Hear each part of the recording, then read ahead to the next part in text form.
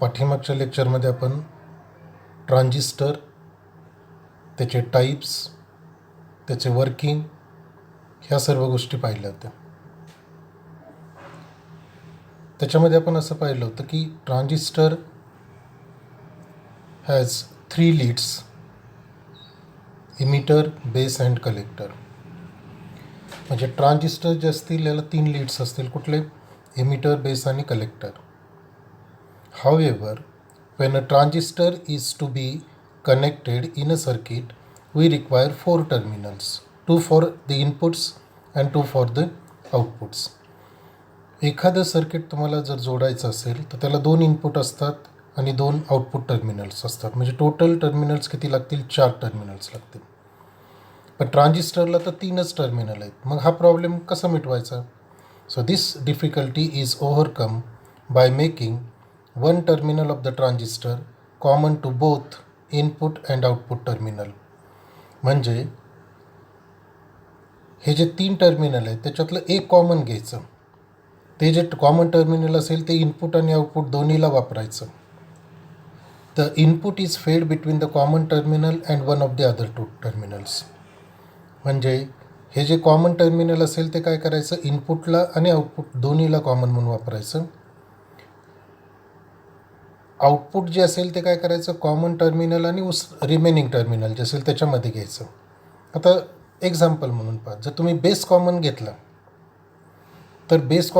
तर 2 टर्मिनल कोणते शिल्लक राहिली? इमिटर आणि कलेक्टर. तर काय करायचं? जर बेस कॉमन असेल तर ते कॉन्फिगरेशन असतं कॉमन बेस कनेक्शन. म्हणजे कॉमन बेसमध्ये बेस हा इनपुट आणि आउटपुट दोन्हीला कॉमन असतो. जर तुम्ही इमिटर कॉमन घेतला तर ते सर्किट होतं कॉमन इमिटर सर्किट किंवा कॉमन इमिटर कनेक्शन. म्हणजे इमिटर हा इनपुट आणि आउटपुटला कॉमन असतो. त्याच्यानंतर येतं common collector connection. Common collector connection याचा अर्थ काय? की कलेक्टर जो असेल तो इनपुट आणि आउटपुटला कॉमन राहतो. हे जे 3 कनेक्शन्स आहेत, common base connection, common emitter connection आणि common collector connection, each circuit connection has a specific advantages and disadvantages. म्हणजे ह्याच्या प्रत्येकाचे काही फायदे आहेत, काही तोटे आहेत. It may be noted that here regardless of the circuit connection the emitter is always bias in the forward direction while the collector always has a reverse bias. म्हणजे हे ते 3 सर्किट्स आहेत, कॉमन बेस असेल, common emitter असेल किंवा common collector असेल, ह्याच्यामध्ये कुठल्याही प्रकारचं सर्किट असू द्या, एक गोष्ट मात्र लक्षात ठेवा, इमिटर हे कायम रिव्हर्स बायस असतं. इमिटर जो असेल, emitter is always forward bias आणि कलेक्टर जो असेल it is always reverse bias. म्हणजे इमिटर हा कायम फॉरवर्ड बायस असतो, कलेक्टर हा कॉमन रिव्हर्स बायस असतो. तिन्ही प्रकारच्या कनेक्शनमध्ये, कॉमन बेस, कॉमन इमिटर आणि common कलेक्टरमध्ये.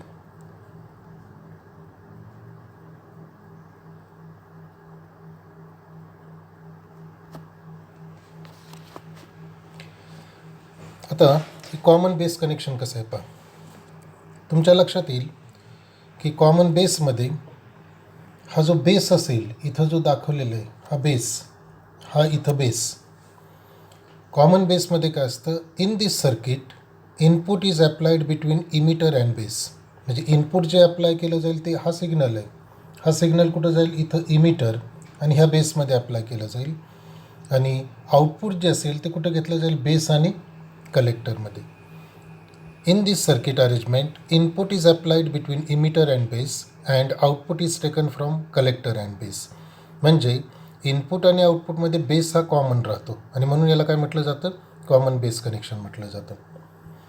Here base of the transistor is common to both input and output and hence the name common base connection. याला नाव का पडलेलं आहे कॉमन बेस कनेक्शन? तर बेस हा कॉमन असेल इनपुट आणि आउटपुटला. पहिली जी डायग्रॅम आहे 1 नंबरची, म्हणजे ही जी डायग्रॅम आपण इथं घेतलेली आहे, ही जी डायग्रॅम असेल ही आहे NPN ट्रान्झिस्टर. NPN ट्रान्झिस्टर का ॲरो जर तुम्ही पाहिला तर तो आउटवर्ड डायरेक्शनला, म्हणून तो NPN ट्रान्झिस्टर. म्हणजे हे झालं कॉमन बेस NPN ट्रान्झिस्टर. आणि हे जे दुसरं आहे कॉमन बेस PNP ट्रान्झिस्टर, म्हणजे फिगर 2 जी आहे ती कॉमन बेस PNP ट्रान्झिस्टरसाठी आणि फिगर 1 जी आहे ती कॉमन बेस NPN ट्रान्झिस्टरसाठी. कॉमन बेसमध्ये बेस हा इनपुट आणि आउटपुट याला काय राहतो, कॉमन राहतो. आता ह्या सर्किट्स ज्या वेळेला आपण ॲनालाइज करतो त्यावेळेला काही गोष्टी आपल्याला डिटरमाइन करावं लागतं. तर त्याच्यातली पहिली गोष्ट कोणती की करंट ॲम्प्लिफिकेशन फॅक्टर. आता करंट ॲम्प्लिफिकेशन फॅक्टर म्हणजे काय तो पहा. ॲम्प्लिफिकेशन कशाला म्हणायचं, ॲम्प्लिफिकेशन याचा अर्थ इनपुट जे असेल त्याची स्ट्रेंथ इन्क्रीज करणे. To raise the strength of input is called as amplification. इथं आपण काय करणार आहे, करंट जो असेल इनपुटचा सिग्नलचा जो करंट असेल तो ॲम्प्लिफाय करणार आहे आणि म्हणून हा जो पार्ट आहे त्याला म्हटलेलं आहे करंट ॲम्प्लिफिकेशन फॅक्टर आणि it is denoted by alpha. Current amplification factor हा नेहमी अल्फाने डिनोट केला जातो. मग आता त्याच्यासाठीची पहिली कंडिशन काय पहा, ज्यावेळेला तुम्ही ट्रान्झिस्टर स्टडी करता त्यावेळेला त्याचे डायग्राम्स तुम्हाला नीट काढता आले पाहिजे. इथं हा कॉमन बेस ट्रान्झिस्टर आहे. कॉमन बेस याचा अर्थ काय की बेस जो असेल तो कॉमन आहे आणि मग तुम्ही जर इथं पाहिलं तर हा जो बेस असेल हा कॉमन आहे, बरोबर आहे. मग आता ही पहिली जी बॅटरी असेल, ही जी पहिली बॅटरी असेल VEE, हे जंक्शन कुठलं आहे, इमिटर जंक्शन आहे. मग इमिटर जंक्शन फॉरवर्ड बायस पाहिजे. हा ट्रान्झिस्टर कोणता आहे, NPN आहे, म्हणजे हा येईल N, हा येईल, हा N येईल आणि हा जो असेल तो काय असणार आहे, P असणार आहे. आता हा फॉरवर्ड बायस पाहिजे, म्हणजे हा जो पहिला तुम्ही घेणार आहे डायोड, हा जो पहिला बॅटरी असेल ती फॉरवर्ड बायस पाहिजे, म्हणजे ते जे जंक्शन असेल इमिटर बेस जंक्शन हे फॉरवर्ड बायस पाहिजे. तर पहा इथं हा P आहे, सॉरी हा N आहे, N बॅटरीच्या निगेटिव्हला जोडलेला आहे, बरोबर आहे. आणि हा जो P होता हा P कुठं जोडला आहे, बॅटरीच्या पॉझिटिव्हला जोडलेला आहे. म्हणजे या ठिकाणी हे जे जंक्शन असेल पहिलं इमिटर जंक्शन हे काय होईल, फॉरवर्ड बायस होईल.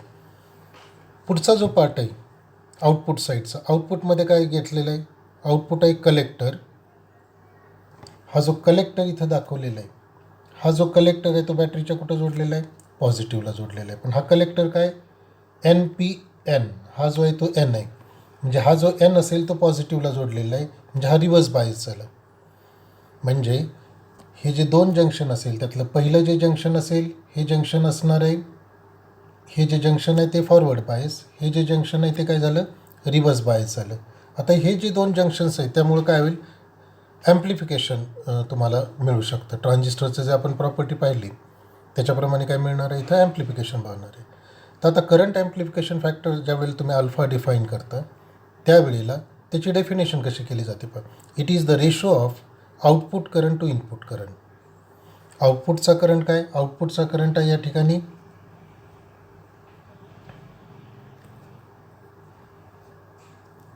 आउटपुटचा करंट आहे IC, इनपुटचा करंट काय IE. त्यामुळं डेफिनेशन कशी पहा, output divided by input current, it is the ratio of output current to input current. In a common base connection the input current is emitter current, output current is collector current. आणि ह्या दोन्हीचा ratio पहा, the ratio of change in collector current. जर तुम्ही change घेतलं तर change आपण नेहमी डेल्टाने लिहितो आणि म्हणून इथं हा जो पॅरामीटर असेल तो डिफाईन केलेला आहे, alpha is equal to delta IC. Delta IC याचा अर्थ काय, change in collector current divided by change in emitter current. Emitter current कशाने दाखवलेलं आहे, डेल्टा IE. डेल्टा IE हा जो आहे तो इनपुट करंट आहे, डेल्टा IC जो असेल तो काय, output current at constant VCB. म्हणजे या ठिकाणी ज्या वेळेला हे जे व्होल्टेज असेल VCB ते काय ठेवलं जातं, कॉन्स्टंट ठेवलं जातं. म्हणजे इथली बॅटरीचं व्होल्टेज कॉन्स्टंट ठेवायचं आणि हा जो करंट असेल IC आणि हा जो करंट असेल IE ह्याचा जर रेशो तुम्ही घेतला तर तो जो रेशो असेल तो इथं आपण दाखवले की तो रेशो याने दाखवलेला आहे इथं, alpha is equal to delta IC divided by delta IE.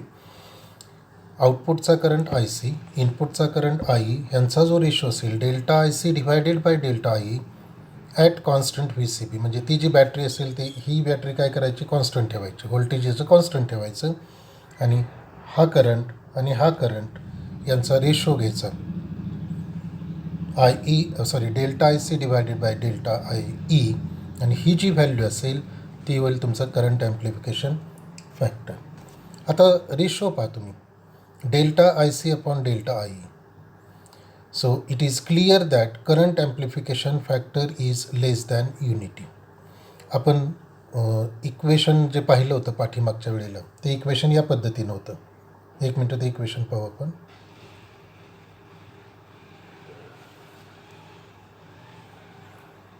ते इक्वेशन या पद्धतीनं होतं. ते इक्वेशन आपण असं लिहिलं की IE is equal to IB plus IC. याचा अर्थ IE म्हणजे इमिटर करंट, हा जो असेल तो बेस करंट आणि कलेक्टर करंट यांच्या बेरजे इतका असतो. म्हणजे मॅक्सिमम कोणता असणार आहे, IE असणार आहे. मग आता इथं काय होतं आहे, इथं जर आपण आत्ताचं जे इक्वेशन पाहिलं तर ते इक्वेशन असं आहे, हा रेशो आहे alpha is equal to delta IC upon IE. आणि आता आपण काय पाहिलं होतं की ICची व्हॅल्यू IEपेक्षा कमी असते. म्हणजे डिनॉमिनेटरची जर व्हॅल्यू जास्त असेल तर अल्फाची किंमत काय असली पाहिजे, एकपेक्षा कमी असली पाहिजे. आणि म्हणून it is clear that current amplification factor is less than unity. म्हणजे अल्फाची जी व्हॅल्यू असते ती कायम एकपेक्षा कमी असते. हा फॅक्टर नीट लक्षात ठेवा. मग प्रॅक्टिकल व्हॅल्यू किती येतात, की प्रॅक्टिकल व्हॅल्यू जर तुम्ही पाहिल्या तर येतात 0.9 टू 0.99. म्हणजे अल्फाची जी व्हॅल्यू येते करंट ॲम्प्लिफिकेशन फॅक्टर ती व्हॅल्यू किती येते कमर्शियल ट्रान्झिस्टरमध्ये ते 0.9 टू 0.99. तर कॉमन बेस ज्या वेळेला तुम्ही घेता त्यावेळेला दोन गोष्टी लक्षात ठेवा. बेस कॉमन घ्यायचं इनपुट आणि आउटपुटसाठी, ही पहिली गोष्ट. त्याचबरोबर सिग्नल जो असेल तो इनपुट सर्किटला अप्लाय करायचा, आउटपुटला जे व्होल्टेज तुम्ही घ्याल ते या रेजिस्टरच्या अक्रॉस घ्यायचं. म्हणजे हे झालं आउटपुट, ही इथं दिलेलं आहे तुम्ही इनपुट. आणि त्याच्यावरून तुम्ही डिफाईन करू शकता करंट ॲम्प्लिफिकेशन फॅक्टर. आता याच्यानंतर कलेक्टर करंट कसं आहे, आपण आता पाहिलं की कलेक्टर करंट जो असेल,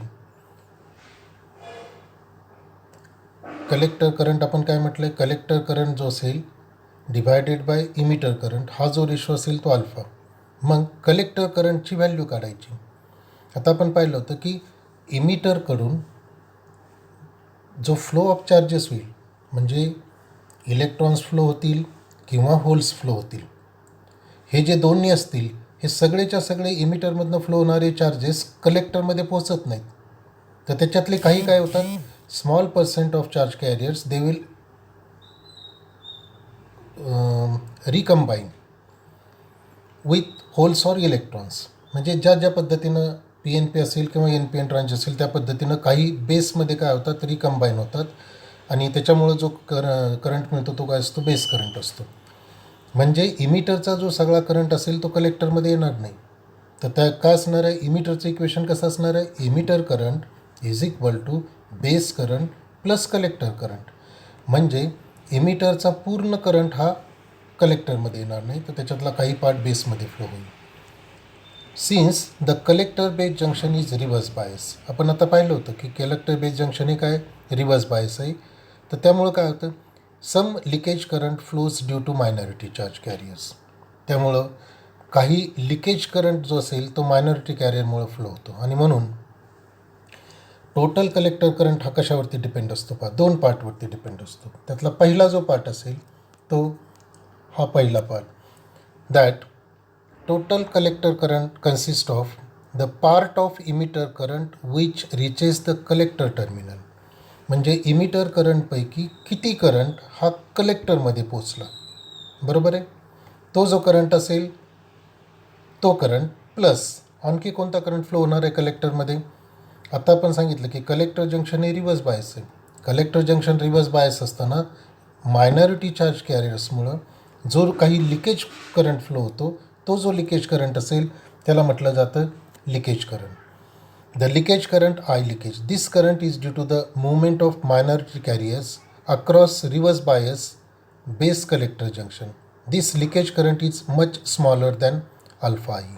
म्हणजे इथं जो मगाशी आपण हे लिहिलेला होता की इमिटर करंटचा काही पार्ट जो कलेक्टरला पोचेल तो किती असतो अल्फा I, आणि लिकेज करंटमुळे जो करंट फ्लो होणार आहे तो काय असणार आहे आय लिकेज. म्हणजे या ठिकाणी जर तुम्ही टोटल कलेक्टर करंट जर लिहायचा प्रयत्न केला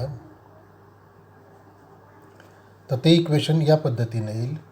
I C is equal to alpha I E. हा काय होईल, हा करंट कुठला, तर इमिटरचा किती प्रमाणाचा करंट जो असेल तो इमिटरमध्ये कलेक्टरमध्ये येईल तो झाला alpha E, plus leakage current जो असेल त्याच्यामुळे मिळणारा करंट आपण काय लिहितोय I leakage. So I C is equal to alpha I E plus I L किंवा लिकेज. हे झालं इक्वेशन कशाचं, टोटल कलेक्टर करंटचं. आता हा लिकेज करंट जो असेल तो किती असतो, तर तो काढण्यासाठी काय केलं जातं, इथं हा ट्रान्झिस्टरची डायग्राम दाखवलेली. काय करायचं की इमिटर ओपन ठेवायचं. इमिटर ओपन याचा अर्थ ते हा जो इमिटर असेल इमिटरकडून इमिटर आणि बॅटरी म्हणजे थोडक्यात इथली बॅटरी जर रिमूव्ह केली तुम्ही इमिटरची तर इमिटर ओपन झाला किंवा तिथं सिग्नल दिलं नाही तर तो झाला इमिटर ओपन. जर म्हणजे इमिटर ओपन असेल तर त्यावेळेला काय होणार आहे, इमिटर जो ओपन असेल तर आय ईची व्हॅल्यू किती असणार आहे, 0 असणार आहे. That is emitter circuit is open. आणि आता हे जे जंक्शन असेल हे कलेक्टर जंक्शन आपण काय केलं, रिव्हर्स बायस केलं म्हणजे इथं पॉझिटिव्ह जोडलेलं आहे आणि हे इथं जे असणार आहे ते निगेटिव्ह जोडलेलं असणार आहे. इथं निगेटिव्ह, इथं काय जोडलेलं असणार आहे, पॉझिटिव्ह जोडलेलं असणार आहे. आणि हा ट्रान्झिस्टर कुठला आहे, एन पी, इथं पी येईल आणि इथं एन येईल. म्हणजे हा ट्रान्झिस्टर एन आहे.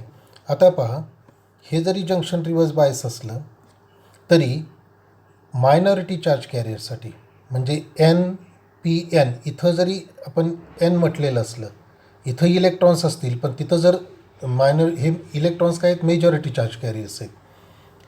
इलेक्ट्रॉन्स मेजॉरिटी चार्ज कॅरियर्स असतील तर त्या ठिकाणी होल्स हे काय असतील, मायनॉरिटी चार्ज कॅरियर्स असतील. आणि ते होल्स जे ते पॉझिटिव्हला जोडले म्हणजे ते काय होतील, रिपेल होतील आणि ते काय होतील, या पद्धतीनं फ्लो होतील. हे जे असतील ते या पद्धतीनं फ्लो होतात. म्हणजे इमिटर ओपन असेल तर small leakage current flows in the collector circuit, कारण ते जंक्शन मायनॉरिटी चार्ज कॅरियरसाठी फॉरवर्ड बायस होतं. जरी मेजॉरिटी चार्ज कॅरियरसाठी ते रिव्हर्स बायस होत असेल तरी मायनॉरिटी चार्ज कॅरियरसाठी ते होतं फॉरवर्ड बायस. आणि म्हणून small leakage current flows in the collector circuit. आणि हा करेक्ट किती असतो, तर हा जो लिकेज असतो तो लिहिला जातो आय. आता कुठून फ्लो होतो आहे, तो कलेक्टरकडून बेसकडे फ्लो होतो म्हणून इथं लिहितात आय सी बी, कलेक्टरकडून बेसकडे. आणि इमिटर काय ओपन म्हणून इथं काय लिहिलं जातं ओ. म्हणजे हा जो लिकेज करंट असेल तो लिहिताना काय केलं जातं, कलेक्टर करंट जो असेल तो दोन गोष्टीवरती अवलंबून असतं. अल्फा आय ई म्हणजे इमिटरचा किती करंट हा कलेक्टरमध्ये येतो तर ती व्हॅल्यू येते अल्फा आई प्लस लिकेज करंट. आणि हे लिकेज करंट किती असणार आहे तर तो लिहिला जातो आय सी बी ओ. आणि म्हणून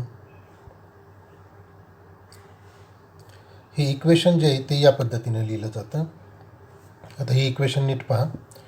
I C is equal to, आता आपण दोन गोष्टी पाहिल्या तर I C is equal to, हे पहिलं equation, I C is equal to alpha I E plus I C B O म्हणजे लिकेज करंट झालं. पण आता आपल्याला माहिती आहे की आय ईची व्हॅल्यू किती असणार आहे, आई म्हणजे इमिटर करंट. इमिटर करंट म्हणजे काय असणार आहे, collector current plus base current. म्हणजे ही जी व्हॅल्यू असेल ती इथं सबस्टिट्यूट करायची. ही जी व्हॅल्यू असेल ती आता कुठं सबस्टिट्यूट करायची, आय ईमध्ये सबस्टिट्यूट करायची. आणि म्हणून इक्वेशन काय येईल, ही पुढचं इक्वेशन येईल I C is equal to alpha I C plus I B. ही व्हॅल्यू झाली आय ईची plus I C B O. म्हणजे ही फक्त व्हॅल्यू काय केलेली आता आपण ही सबस्टिट्यूट केलेली. आता त्याच्यानंतर हा ब्रॅकेट एक्सपांड करा. ब्रॅकेट एक्सपांड केला तर काय होईल, मल्टिप्लिकेशन होईल.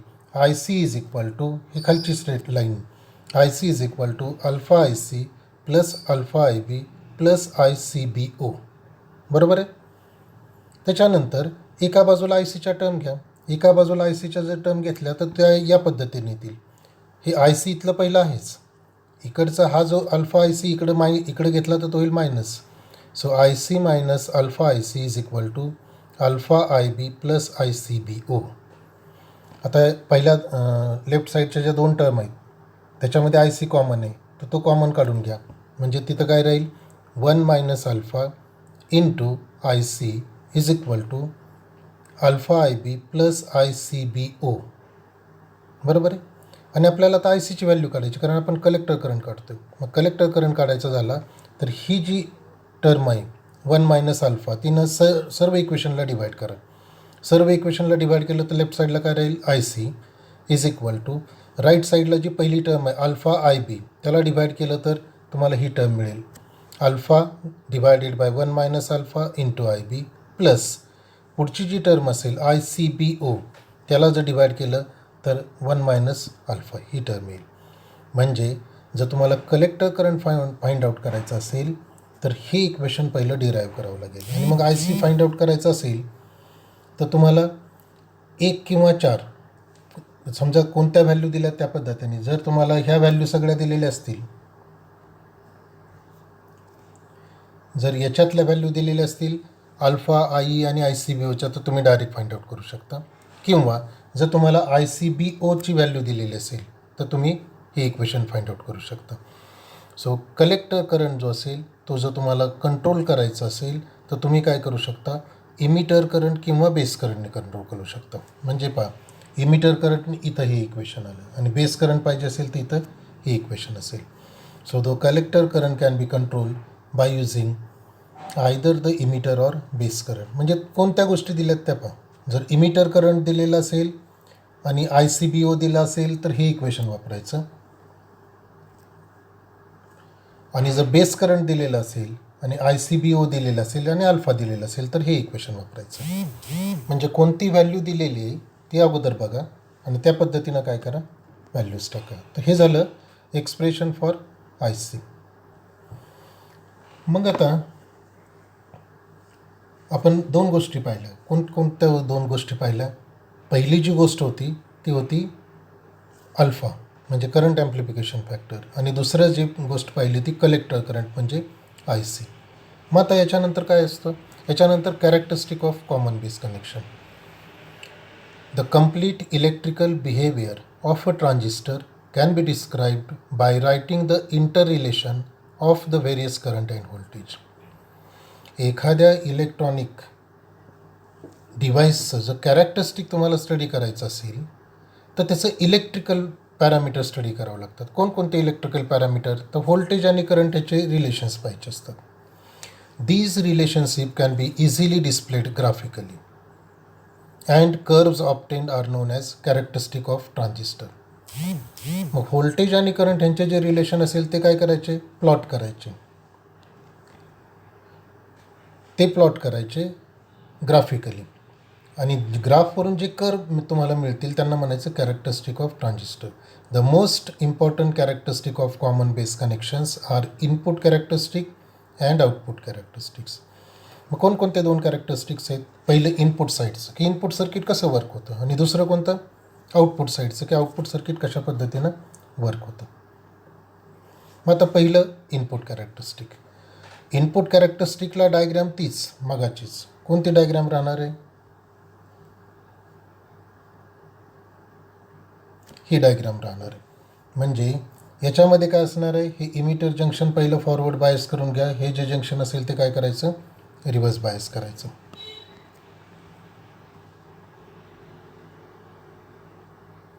ही इनपुट कॅरेक्टरिस्टिक. मग आता पहिल्यांदा आपण काय करणार आहे, इनपुटला इमिटर बेस व्होल्टेज आणि करस्पॉन्डिंग आपण काय करणार आहे, इमिटर करंट पाहणार आहे. म्हणजे आता पहा, मगाची जी डायग्राम होती त्याच्यामध्ये इथं हे व्होल्टेज बदलायचं. हे व्होल्टेज कोणतं आहे, VEE आहे. पण आता आपण व्होल्टेज कशामधलं मोजतं, इमिटर आणि बेसमधलं, म्हणून त्याला काय म्हणायचं, व्होल्टेज VEB. हे VEB म्हणा किंवा VBE म्हणा, त्यांनी काही फरक पडत नाही.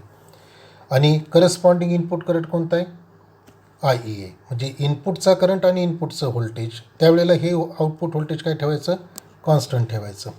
म्हणजे इथं जे आपण पाहणार आहे आता, तर त्याच्यामध्ये काय केलेलं आहे, हे जे व्ही बी ई व्होल्टेज असेल ते एक्स ॲक्सिसला घेतलेलं आहे. करस्पॉन्डिंग इमिटर करंट कुठं घेतलेला आहे, वाय ॲक्सिसला घेतलेला आहे. हा इमिटर करंट आहे.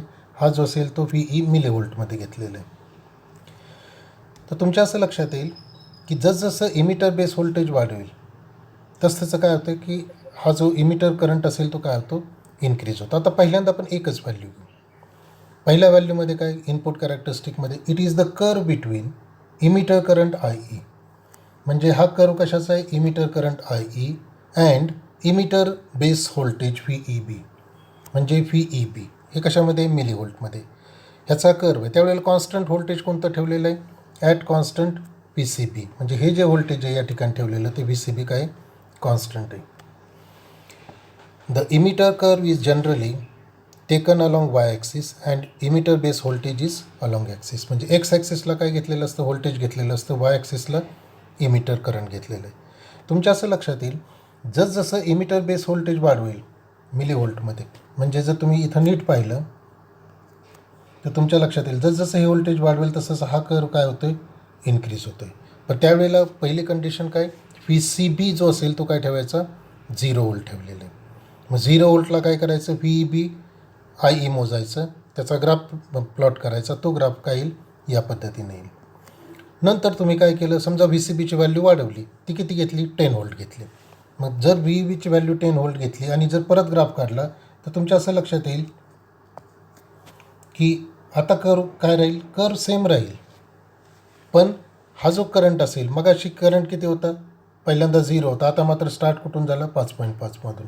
म्हणजे जर व्ही सी बी 0 असेल तर मात्र हा जो इमिटर करंट असेल त्याचं नेचर या पद्धतीने येईल, इथं दाखवल्याप्रमाणे. आणि 10 व्होल्ट असेल तर या पद्धतीने येईल. So this leads the conclusion that emitter current and hence collector current is almost independent of collector voltage. म्हणजे आता तुमच्या लक्षात येईल असं की पहिल्या पार्टमध्ये emitter current I E increases rapidly with small increase in emitter base voltage. म्हणजे थोडं जरी व्होल्टेज या ठिकाणी वाढवलं म्हणजे मिली व्होल्टमध्ये तरी काय होतं, तो सरळ इन्क्रीज होतं. इथंसुद्धा काय होतं, तो सरळ इन्क्रीज होतं. The emitter current is almost independent of collector base voltage. म्हणजे हा याच्यावरती जास्त अवलंबून नाही आहे.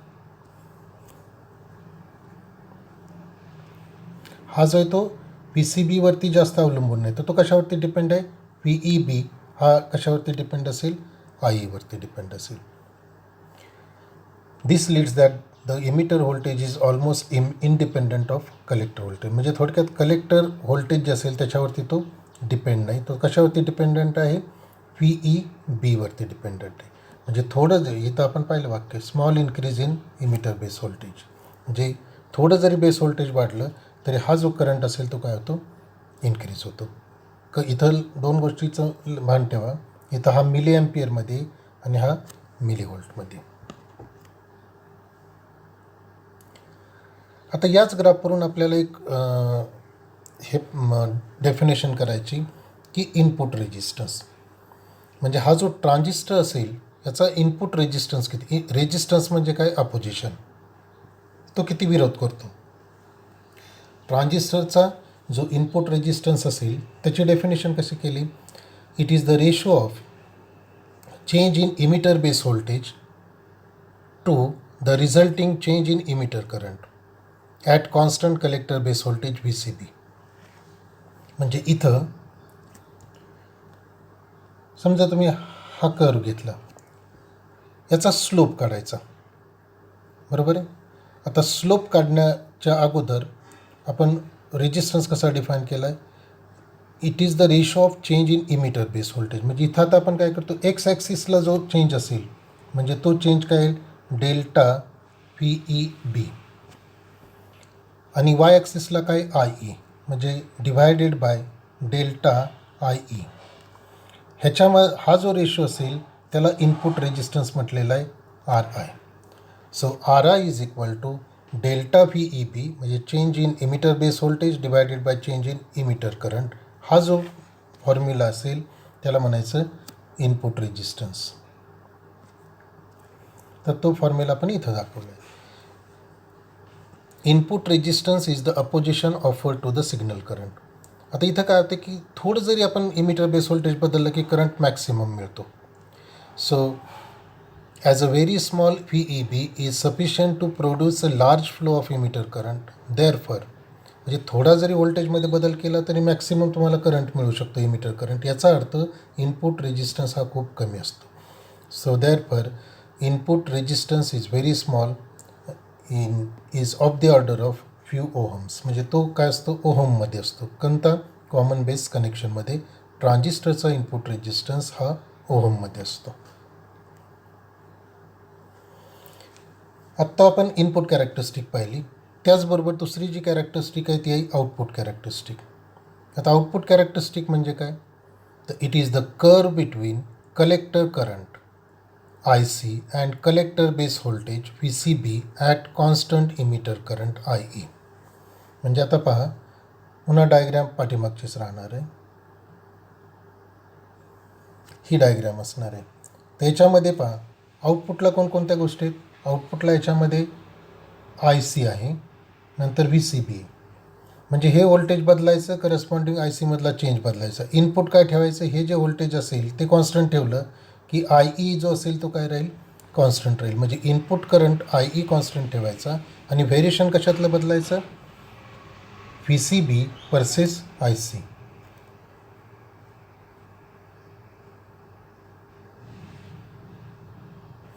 So it is the ratio, it is the curve between collector current IC and collector base voltage VCB at constant emitter current. Generally, collector current is taken along y-axis and collector base voltage along x-axis.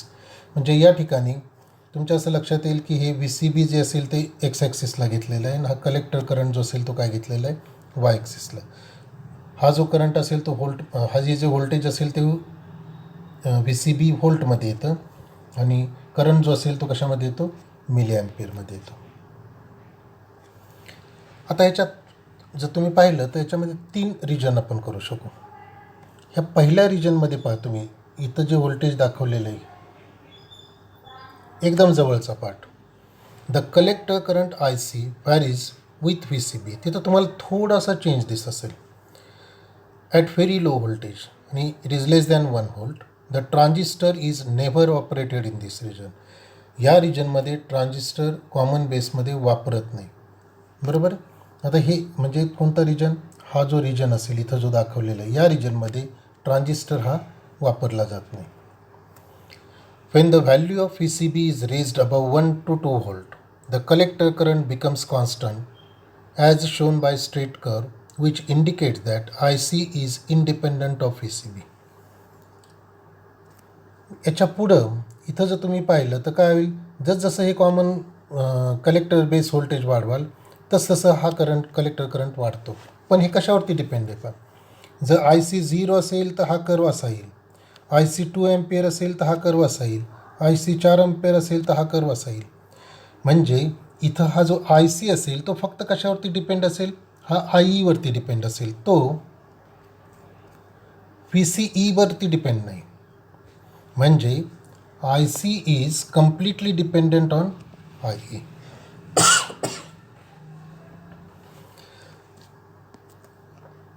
which indicate that IC is independent of VCB and depends upon IE only. The transistor is always operated in this region. म्हणजे हा जो transistor असेल तो या रिजनमध्ये वापरला जातो. A very large change in collector base produces a small change in collector current. Therefore, the output resistance is very high. म्हणजे तुमच्या असं लक्षात येईल की कलेक्टर करंट कितीही बदलला, कलेक्टर बेस व्होल्टेज कितीही बदललं तर कलेक्टर करंटमध्ये जास्त फरक पडत नाही.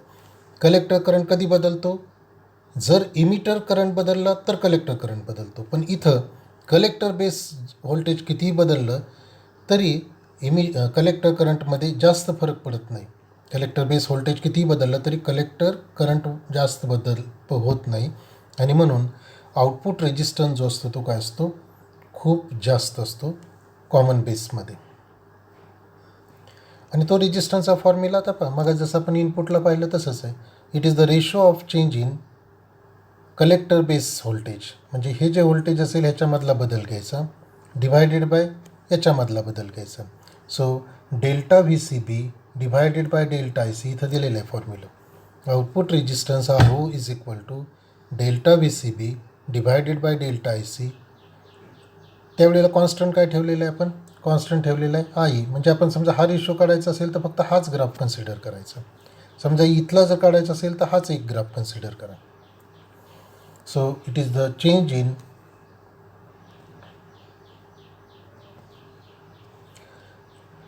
व्ही सी बी, म्हणजे हे जे व्होल्टेज असेल त्याच्यामधला बदल divided by change in delta I C. हा जो रेशो असेल त्याला म्हणतात आउटपुट रेजिस्टन्स. आणि हा खूप हाय असतो. The output resistance of common circuit is very high, of the order of several tens of kilo ohms, because the collector current changes very small with the change in VCB. आणि म्हणून common बेसमध्ये output resistance हा खूप हाय असतो in terms of kilo ohm, आणि input resistance जो असतो तो खूप कमी असतो, लो असतो इन टर्म्स ऑफ ओहम. या दोन गोष्टी लक्षात ठेवा. कॉमन बेसमध्ये इनपुट रेजिस्टन्स जो असतो तो कमी असतो, आउटपुट रेजिस्टन्स जो असतो तो व्हेरी हाय असतो. तर हा जो पहिला पार्ट होता पण characteristic of common base transistor हा आज आपण पाहिलेला आहे. याच्या पुढचे जे पार्ट आहे कॉमन इमिटरचे कॉन्फिगरेशन. आपल्या सिलेबसमध्ये 3 कॉन्फिगरेशन आहे: कॉमन बेस, कॉमन इमिटर आणि कॉमन कलेक्टर. कॉमन कलेक्टर जास्त करून वापरला जात नाही, म्हणून आपण जे 2 स्टडी करणार आहे त्यातला पहिला कॉमन बेस आणि दुसरा कॉमन इमिटर. तर कॉमन बेसचे कॅरेक्टरिस्टिक्स आपण पाहिलेले आहेत. त्याच्यामध्ये अल्फा पहिल्यांदा पाहिलं, नंतर एक्सप्रेशन फॉर कलेक्टर करंट पाहिलं, त्याच्यानंतर त्याचे इनपुट कॅरेक्टरिस्टिक पाहिले आणि त्याच्यानंतर त्याचे आउटपुट कॅरेक्टरिस्टिक पाहिले. पुढच्या लेक्चरमध्ये आपण कॉमन इमिटर कॉन्फिगरेशनचे कॅरेक्टरिस्टिक्स पाहू. Okay, thank you.